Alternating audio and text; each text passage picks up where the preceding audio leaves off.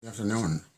In this brief video today, I will be going over the main international political problems, which may shatter the state of political stability and psychological tranquility needed for holding the World Cup's 64 matches in Qatar on November 22nd.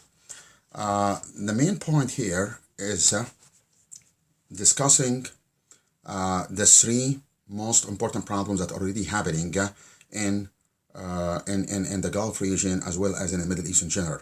The first problem, of course, has to do with the ongoing street demonstrations in Iran, which started on September 16 this year with suspicious death of Mahsa Amini, which may be seen as one of the main sources of political threats in the Gulf region. And as I'm speaking right now, these demonstrations are still happening, are still going on,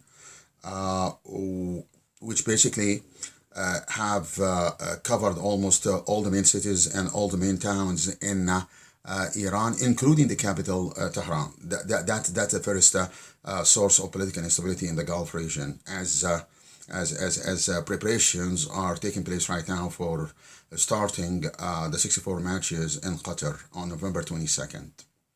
The second main source of the current political instability in the Gulf region and the Middle East as well has to do with the continuation of the Israeli raids in many of the West Bank towns and cities, and the daily murder as well, and random arrest of dozens of Palestinians, which is still happening until today as well, which is November 3rd of 2022. So it is evident that this evolving precarious situation will certainly leave its marks as well on the level of political stability in the Gulf region. All right.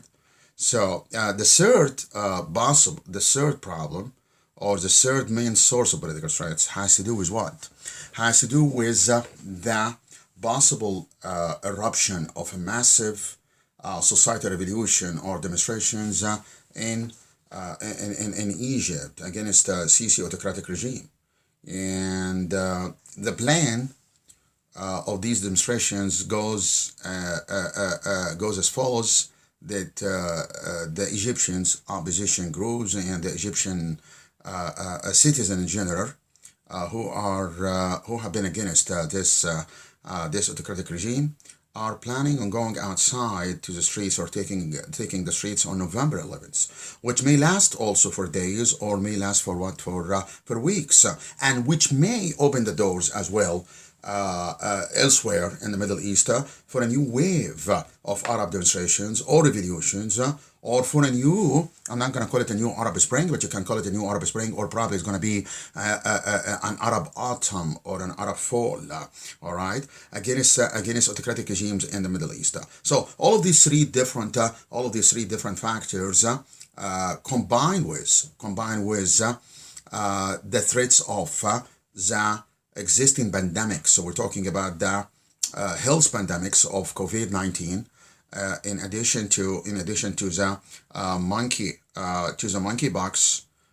Aside from that, you can add also the environmental or climatic, also unexpected environmental conditions. All of these five factors together will definitely create a source of threats, as we said, and instability in the Middle East, including the Gulf region.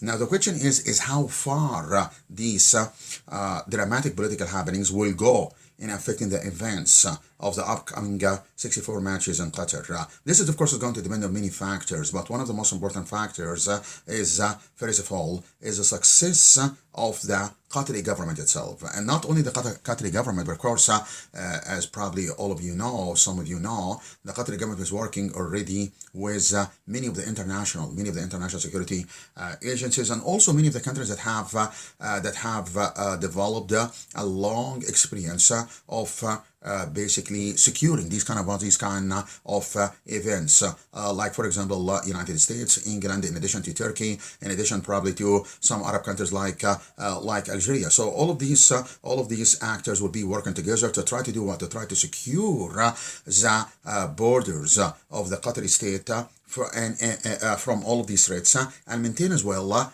internal security. Also, Also, the how far these dramatic political happenings will go in affecting the events of this upcoming 64 matches in Qatar will depend also on the success of the Iranian government, for example, or the Egyptian autocratic government, for example, in doing what? In containing these political turmoils that are already happening within their countries. Of course, there are other political threats that you may refer to them as what, as unseen or unpredicted. For example, such as the death, for example, of one of the main political actors in the Gulf region, and I don't have to mention his name. Probably you'll know who I'm talking about. And what is going to happen after his death? There are so many expectations, of course, that the country where this current ruler is living may go into an era of real violent political turmoil. So there is no doubt that the World Cup, which is played for the first time, of course, in Qatar, and which is played for the first time also as well in the Middle East, will be played in an exceptional circumstances, exceptional political conditions. And of course, don't forget that we have to add the other major political problem, international political problem, which is an ongoing war between Russia and Ukraine. So this is going to leave us with a question: is the global society ready or prepared to watch these kind of games, or to receive or to participate directly or indirectly in this very important global event, a sports event? And of course, the answer is it's going to depend yes or no. It's going to depend on who you're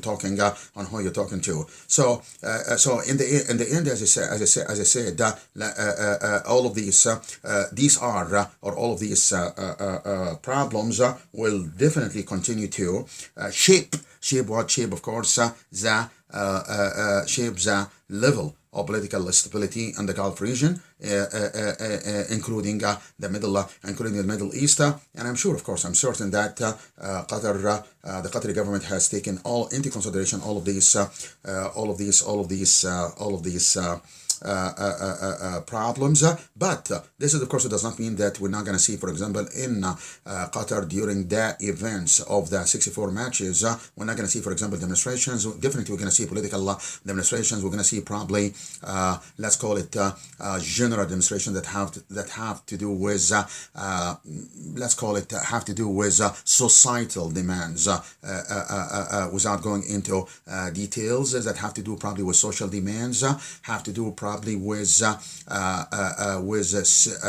sexual orientation of members of the global community. So this is definitely going to be a test for the Qatari government, and also is going to be a test as well for the Arab world. So time will tell only how far these problems that I've just mentioned right now briefly are going to affect the level of political stability, the level of psychological tranquility, as I said at the beginning of my presentation, which are needed definitely critically for holding the 64 matches in Qatar on November 22nd. Thank you very much, and I'll see you next time.